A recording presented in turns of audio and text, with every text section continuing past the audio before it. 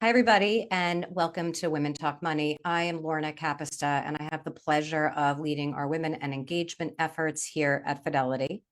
I am thrilled for today's discussion and so glad that so many of you have joined us. We couldn't think of doing anything better than having a full discussion dedicated to those who work in the finance and insurance industry. But I'm sure there are many of you who joined just to see what they can take away. So I know I was excited because the idea of talking about our career and career tips and help in this industry, as well as how we can do more with our money, just gets me super jazzed. I'm going to introduce my guest, but first I want to highlight, we do have a chat, and I have to say there are many of you in there. Angela, Hillary, Jody, we know you love the music. We love it too. We're so glad that you guys are enjoying it and are so excited for this session. So introductions. Let me first start with my two Fidelity colleagues. First is Pamela Everhart. Pam is a colleague, also a dear friend, and she has a pretty big role here at Fidelity where she is responsible for public affairs, inclusion, and impact. Pam has so many years of experience within this industry, so we can't wait to hear more from her.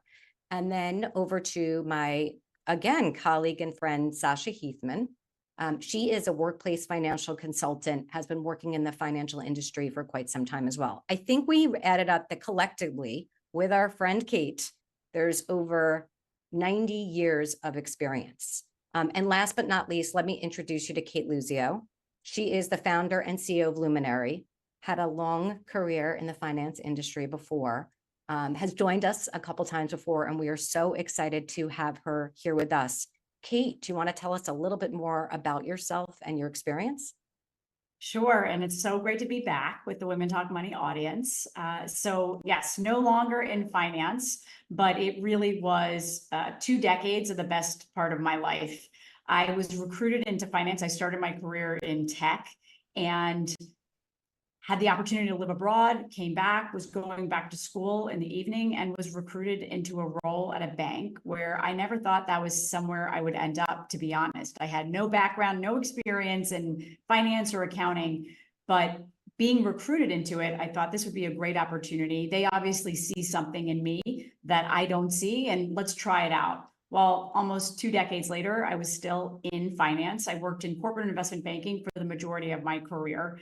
And I have to say, not only did it prepare me for my ability to become an entrepreneur, but those 2 decades were some of the most important of how I built relationships, invest in my skills, build my skills, take risks.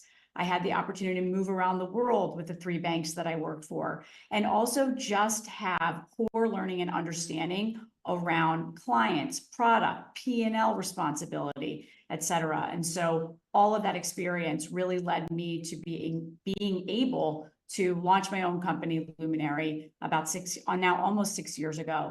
And I tell everyone this, I could not have done it without all of those years in finance. And it's a big reason why I stay connected to so many financial institutions and they become partners, because I think it's important that we bring this education to women and more broadly, women and our allies. Love it. And so excited to dig in further. So I'm going to start with a question so many of us have on our minds, and we did get it submitted before. So as a woman, we're in an industry where if you dial back 70, 80 years, predominantly male dominated. And that's changing. Look, all of you who've joined us. But one question I'd love to start out with is, do you feel like your experience was different because you're a woman? Pam, let me start with you. Yes, I think it was different, and particularly early on in my career. So I started off very, very young. I worked at a bank, Cate. I was like 15, but I did start off early. And then I worked for a CPA firm, a law firm, and now Fidelity. But I remember feeling oftentimes undervalued and underestimated. And then people made assumptions around my credentials.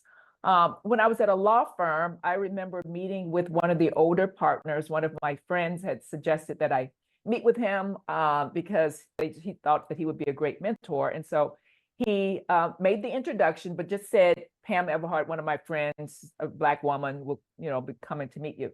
So when I got in the partner's office, he said to me, oh, he said, I understand you're here at the firm, but I'm looking through the book. Back then, there were picture books. So they would indicate who you were, where you're working and all this.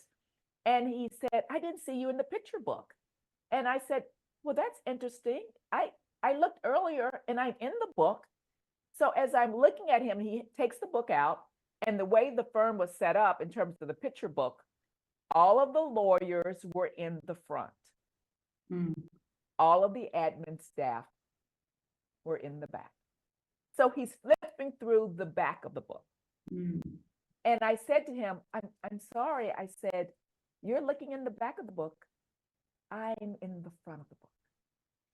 He was so surprised and very apologetic for what he was doing. But I will tell you, from that moment on, he became my mentor and sponsor. He said to me, whatever you need, come to me. And, because I was not angry. I understood sort of where he was coming from. I was the only Black woman at the firm who was a lawyer, right? And so it was a teachable moment for him. And so from then on, I leveraged that relationship with him. I leveraged that mistake in a positive way. So that's sort of been my experience. Now, being more seasoned, I don't get underestimated as much, but I still sometimes walk in the room and people are trying to size me up, wondering, why is she here? What are her credentials? And what does she bring to the table? Pam, thank you for sharing that. And I'm so glad that that turned out to be such a positive. And I think the key takeaway is also you advocated for yourself. And I think that is going to be a lot of what we talk about today, because it becomes so important when you may be different than a different gender than everybody else in the room. So Cate, I have to come over to you and ask you the same question. How was your experience in your path? And do you think it was different because you're a woman? Yeah, so I don't think, and I think about it now, I think when I got into the world of finance, I didn't grow up in it, right? I didn't start as an analyst. I was recruited into it, as I mentioned. And so my sort of insecurity when I joined banking was less about me being a woman and what I looked like. It was more about that I didn't have what my colleagues had. They had been trained, they came with MBAs, they had been in finance and accounting. And so but I took that as an opportunity, as I had to really work harder, one, to learn what I was doing and what I needed to learn, and spent so much time listening to others, which then allowed me to also build relationships at the same time by taking that time. So I never really, when I started, looked at it as I'm different because I'm a woman. I just felt like I was sort of always in the background because I didn't have that experience. And I used that both to my advantage and also leverage that I needed to do more and I needed to work harder than others. Fast forward, as I accelerated into my career, I had incredible sponsors and mentors. And because at the time it was more senior men than women, and still is, as we know, it's changing. I, again, leveraged the fact that I was an incredibly hard worker. I listened, I learned, I got stuff done, I built relationships. So I really leaned into my skills to ensure that they knew what a valuable asset I was, not just to the firm, but to them as my mentors and sponsors. And then over time, got involved in our women's networks and our ERGs and talent development. And I wanted to shine because of who I was, not because I was a woman. And it was really important for me to also use, I'm aggressive, I'm assertive. Those are characteristics that women are often told not to be, but I use those in how I built my business, how I dealt with bringing business into the firm. And over time, I think that really helped me because people saw that as, she's going to get it done. She is a go-getter. And we believe in her. We believe in her skills. We want to invest in her talent. And at the same time, advocating was so important so people knew who I was and what I brought to the table. So much goodness in what you said. And there's a couple things.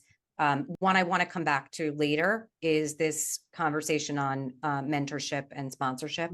I think that's really important, but I want to continue to really focus on what are the critical skills. And I think you started to mention them, Cate, that we all need to be building and continue to build, regardless of what level you are, continue to grow your career. So Sasha, let me actually come over to you and start with you, just really talking about what you think is most important in the skills that you're building. And then if we can just do a round robin, I think it's really important, Cate, to come back over to you, and then Pam to hear from you.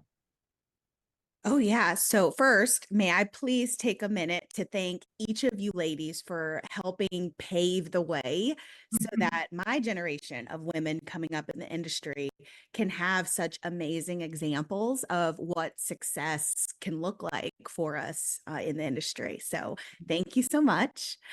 Now, for me as a financial advisor, a woman financial advisor, one key action step that I think is critical to navigating and growing your career is very similar to what Cate did when she first entered the industry, which is to remain a student of your craft and continue building your acumen. So specifically for me, my financial planning acumen, because when you know your stuff, then not only when people question you, can you confidently respond, but then even more specifically, when you feel more confident when you're delivering the advice that your clients need to take the next steps that'll transform their financial lives.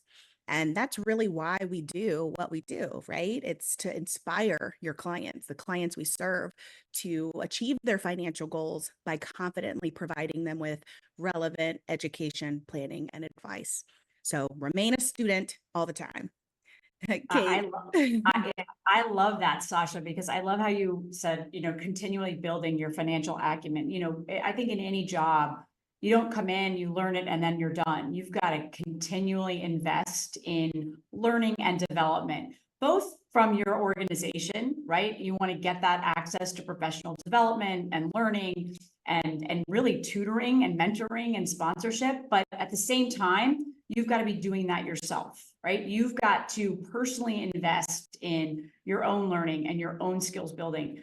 I think it's critical in any role, no matter if you've been in your company for 20, 30 years or 5 months, you need a development plan. You need to understand where you fit. What does your manager think of your runway within the organization, within that role, and identify different things that you need to invest in, both from a strengths perspective, as well as opportunities for development, also known as weaknesses, right? We all hear, strengths and weaknesses in our mid-years and our year ends. Don't focus so much on only the weaknesses. Absolutely invest in those, and those, I call them opportunities for development. But more importantly, play to your strengths and then create this development plan that you can look at and say, I've reached this milestone, I've done this concretely, and be able to share that confidently with your manager and your leadership. And I think the second part of that is really standing up for yourself. Lorna, you said it, I say this all the time, is as you are navigating your career, is continue to self-advocate. And if it takes writing down a good list or a great list of your accomplishments, which by the way, you should be tracking, have that at the ready so that when you're questioned, when you want to have that conversation around that next role or an expanded opportunity or something new, you're ready with that business case around why, because you've taken the time to create that plan and then also outline why you are an asset to the organization and that team. I don't know about Pam. What about you?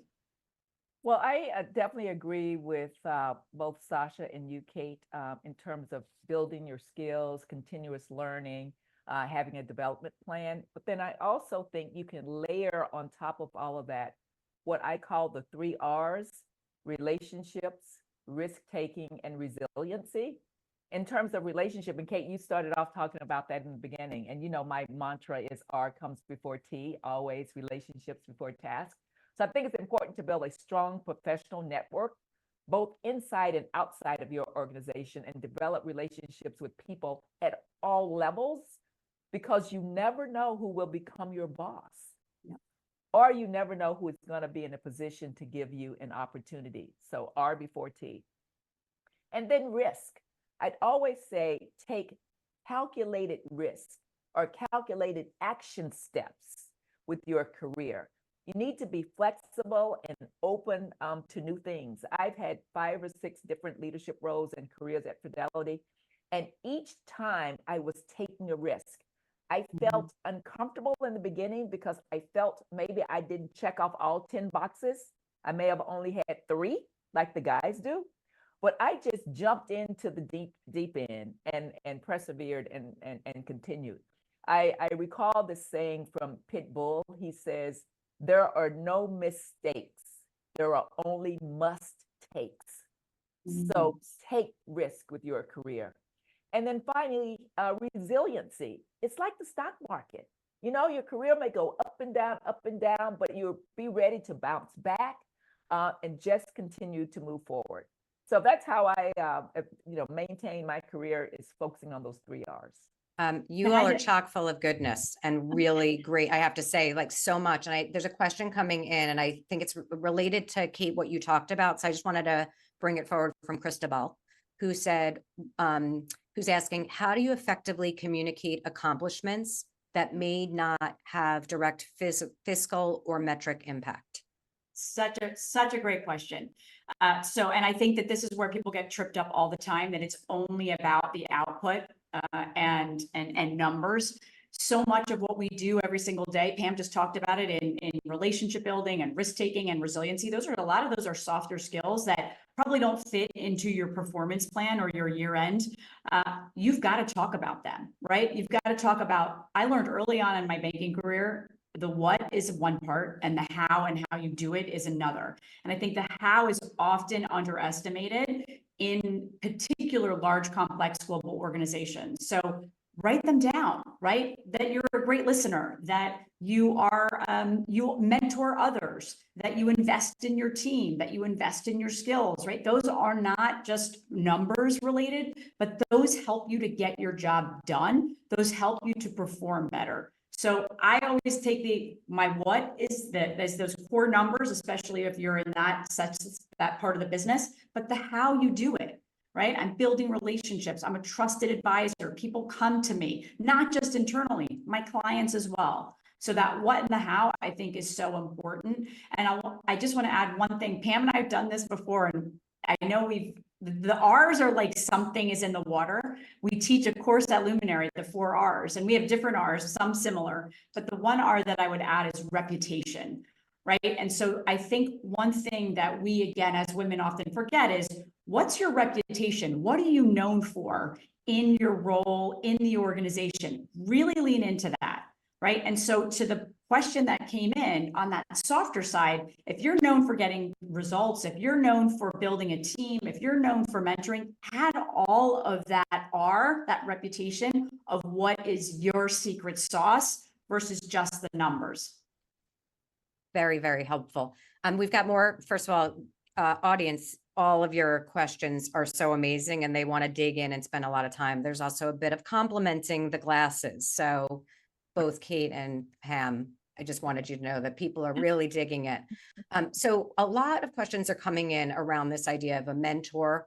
And I want to broaden it and talk about, an advisor, a mentor, and a sponsor. So Pam, I want to come over to you. And if you can kind of talk through that. And one question that's coming also is, how do you find those folks as well? And how do you find what someone calls a champion?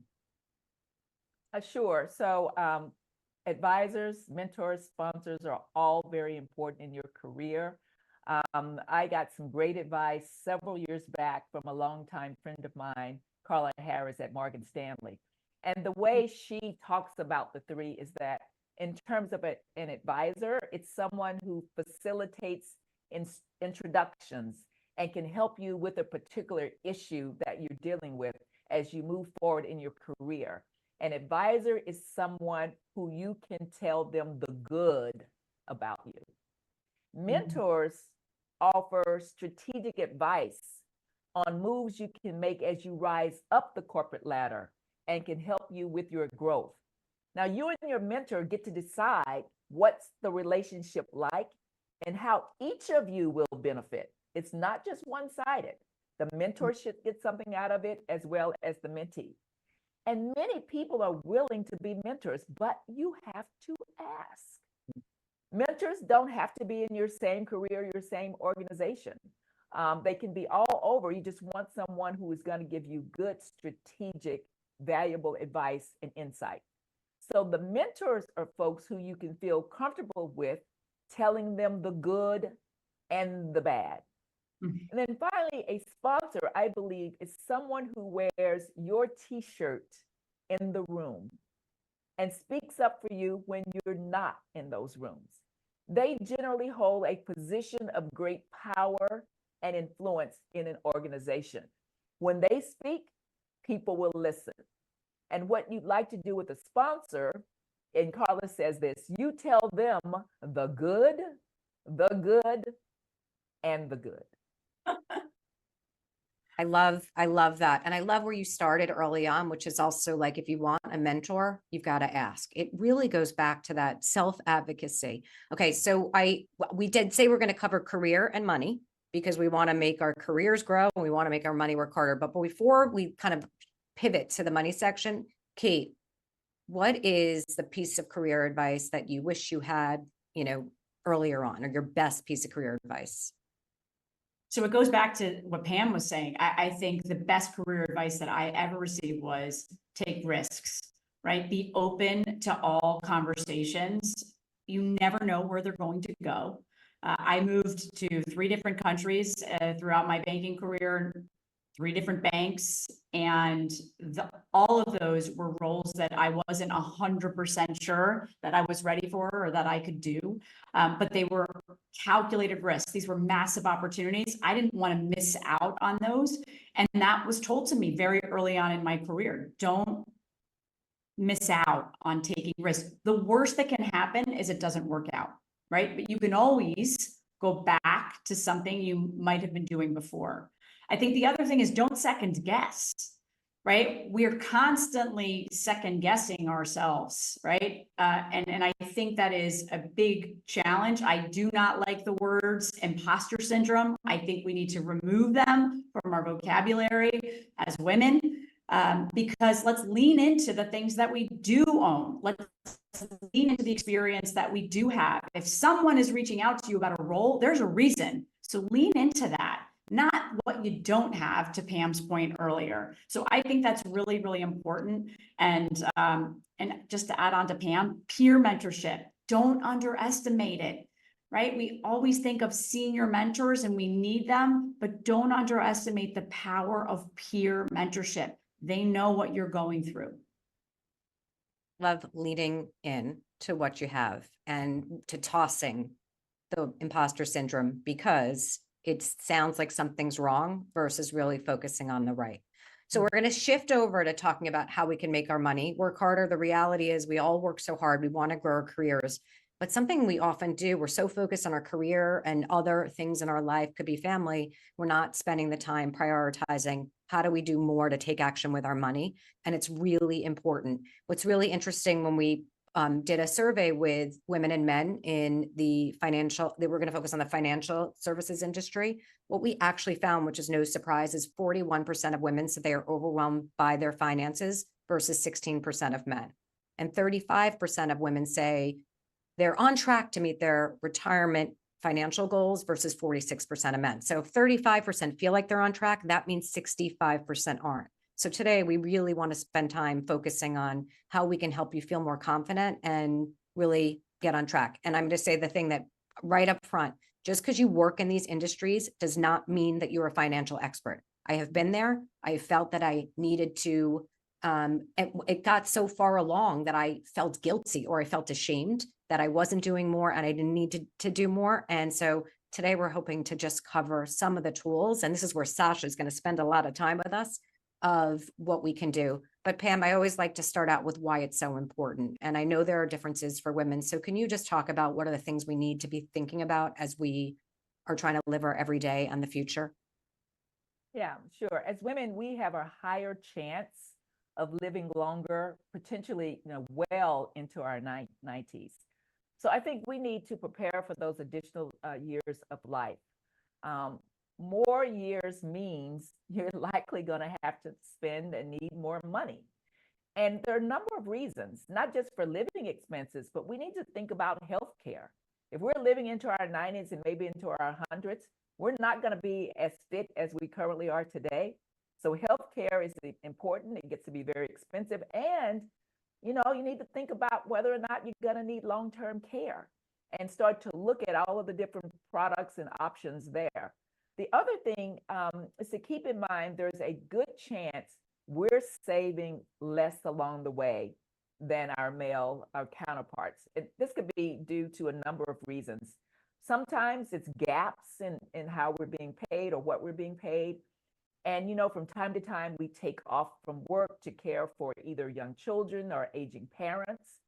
And then, you know, when we look at the products, when you look at just like the women's clothing versus men or women's shoes versus men's, oftentimes we tend to pay more for those products than men. So in combination of all of that, it means there's less to put toward retirement and investing. So, you know, women, we're smart, but we have to take those action steps with our money and make the most out of it as we prepare for our future. Awesome. So there's 3 things we're going to try to get through. It's 1, how do we get organized with our paycheck and really share some good saving and spending guidelines? We're going to double down on focusing on retirement savings, Pam, because of what you just covered and because we want to be able to kind of live today, but live out our retirement in goodness.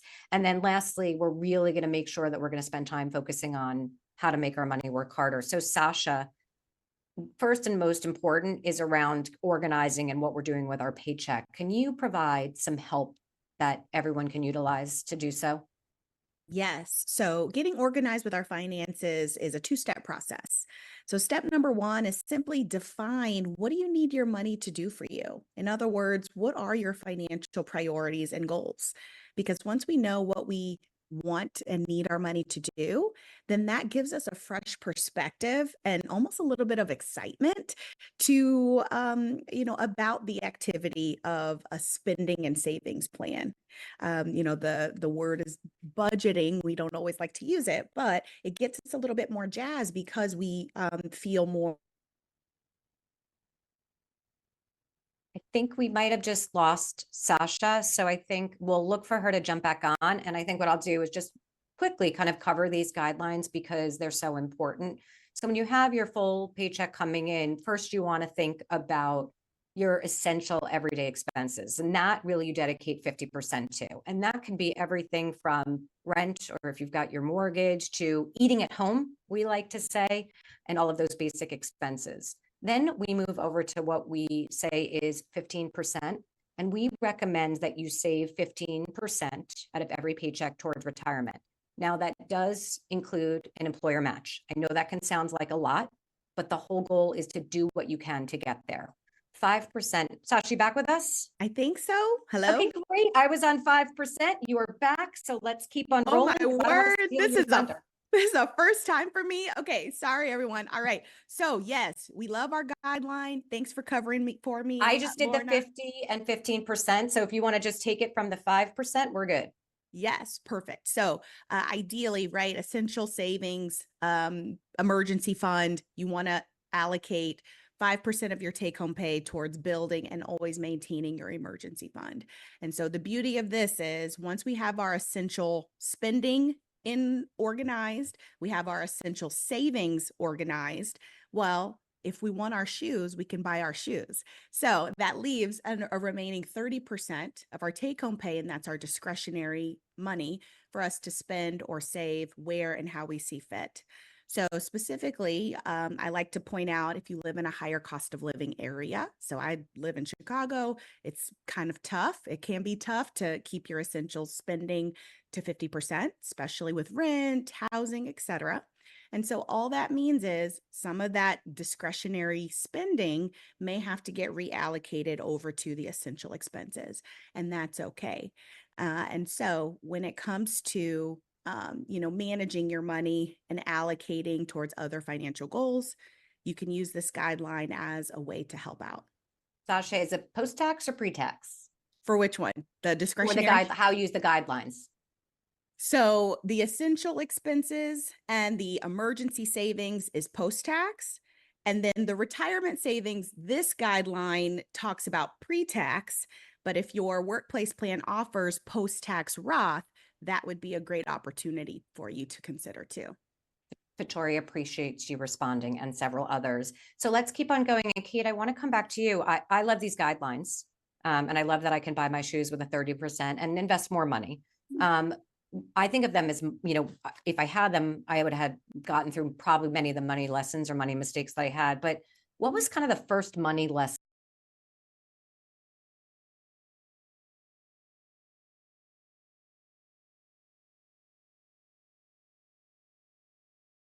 Take full advantage of your employer match. Now, if you'd like to save above and beyond that and outside of your workplace plan, then that may be where you consider an IRA or individual retirement account. And there are two main types of IRAs. One is it's a after-tax Roth contribution or pre-tax or traditional IRA contribution. Each have their own advantages, as you can see here. The two main distinctions are one, when taxes are paid, so upfront or later on. And two, the second distinction is eligibility. How does your salary or your household income impact the type of tax incentive offered to you by the IRS? We'll put a link in the chat that further elaborates on that Roth versus traditional IRA topic. But please also remember that Fidelity planners are always available to talk to you about which option makes sense for your situation, and also to remind you to invest those contributions, right? So that that money is working for you along the way. It's awesome. They pinned it, they didn't pin it, but it's in the chat just so you can have it. In addition, if we can post the phone number so we can follow up what Sasha said that anyone can call, we're here to help. Natalie just asked a question about HSA and just really understanding, what is an HSA? Is that something that may make sense? Sasha, we're coming close on time, but if you could cover that quickly, that'd be great. Yes. So remember, Pam mentioned the good news about women, we're living longer, but what that means is, right, healthcare costs are going to be big, which on average, a study we did from 2023 suggested that an individual retiring at 65 may need about $157,000 just to cover healthcare in retirement, and that does not include long-term care. So definitely considering how you're going to save and build money for healthcare expenses is important. And that is where this health savings or HSA account comes into the picture. One big caveat about an HSA is your health plan. Your health insurance plan has to be an HSA eligible high deductible plan. So if you're not sure what health plan you have and if you qualify for an HSA, good news is open enrollment for benefits is coming up at the end of the year. And that would be where you want to reconsider, hey, does the HSA healthcare plan make sense for me? And the health savings account offers triple tax advantages. One is your contributions you put in, tax deductible. You may even get a match from your employer. Or excuse me, not even a match, a contribution from your employer. Two, any kind of investment gains that you earn on the money that you've contributed, not taxed while it's in the account. And then three, you won't owe any taxes on the money that you take out as long as you use it for qualified health expenses. So HSA, also not use it or lose it. So it's a great asset to add into your retirement savings strategy. Awesome. Thank you. And I want to hit on if your employer you to have a high deductible, but if your employer doesn't offer a health savings account, you can go directly to a place like Fidelity and other firms where you, as long as you have that high deductible plan, can get access to that. And so, because a couple questions were coming on that. So I'm going to have to fast forward because we have so many questions coming in around a lot of different opportunities. And I want to get to the big one that Brittany mention, which is what about investing? If we want to retire early, what should we be thinking about? And she talked more about a brokerage account, but this idea of why is it so important? So Sasha, can I quickly just come back to you to really hit on why investing is a potentially a good path for everybody? And I know we have an awesome slide to share, so I just want to bring it up because I think it's so important. Yes. So the reason why investing is so important is because saving dollars alone may not and is not enough to help us hit our goal. And so if we can show, yes, this is the power of investing. So the blue bars here represent, hey, by us saving dollars and putting it in a low interest earning account, over time it grows nominally. But on the flip side, if we do invest at an appropriate level of risk, that really gives that growth potential the opportunity to help us reach our goals a little bit faster, if not at least on time. And the beauty is that investing can be as simple or as complicated as you personally want to make it. And again, Fidelity planners and advisors are always available to help you find the right fit for your situation. Pam, I know we look at this slide and we talk about it. What are your thoughts about when you see this and what does it do for you?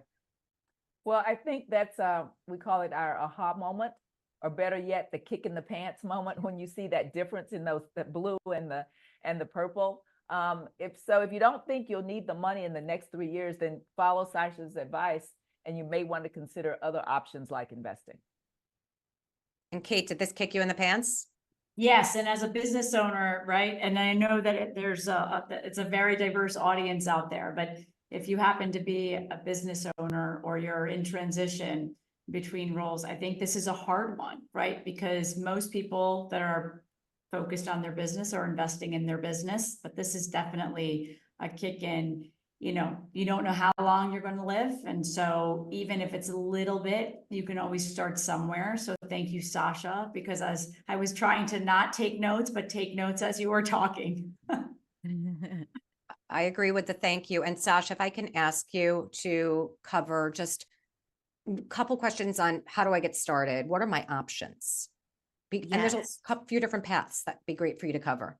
Yeah, and at Fidelity, we work with an array of investors. And so it's really all about preference. And one key question that you want to ask yourself is, hey, do I have time to do this? Do I want to do this? And is this something that I enjoy doing? And so at Fidelity, on the one end of the spectrum, we definitely have DIYers who simply need help utilizing Fidelity's research and tools online and feel confident picking and choosing on their own what investment choices to use. And then on the other end of the spectrum, we have investors who prefer to delegate that responsibility so that you can focus on your business, your family life, growing your career, et cetera. And that's where you can delegate that investment responsibility to the professionals, work with a dedicated advisor every step of the planning process. And then we have investors who fall somewhere in between. So maybe you want something a little bit more automated, and that's where those single fund or target date retirement mutual funds fit into the picture, which a lot of us have experience with in our workplace plans. And then there's also digital options that are sometimes called a robo-advisor, where you can take it a step further and talk about what your comfort level with risk is, what your goals are, and it creates a tailored strategy that's very low cost that can also get the investing job done. And don't let dollars get in the way, because at Fidelity, you can get started with investing with as little as $1. So there's never too little money for you to get started and make your money work. And I want to reinforce that there's help for everybody. If you want to work with someone one-on-one and how to find them, we actually just had a Women Talk Money. There's a replay on YouTube that you can access. And I think we can pin the link to get it, as well as other videos that dive deep into each of these topics. So we thought we could cover so much, and this has gone by so much more quickly than we wanted to. I think what my takeaway is we want to spend a full session on career and then continue these separate sessions on money. But before we leave, I wanted to do a quick speed round of best advice you've ever been given. Sasha, I'm going to start with you and money advice. And I think we lost Sasha again. So I'm going to go to the career folks. Let me, Pam, start with you. Best career advice. Oh, I think Sasha, right? Sasha, you back? Hello, am I back? You are You're back. Money Okay. advice. Let's come back to you. money advice. My best money advice is to pay off high interest debt as soon as possible so that you can redirect that cash towards building your wealth forward towards the things that you value going forward. Awesome. Thank you. Pam, over to you on best career advice. I think the best career advice, going back to relationships, I would say that it's important to know the organizational chart in your company, but what's most important is to know the relationship chart and understand who has a relationship with whom. I made the mistake once in, going against the advice of someone who I didn't understand had a close relationship with my boss.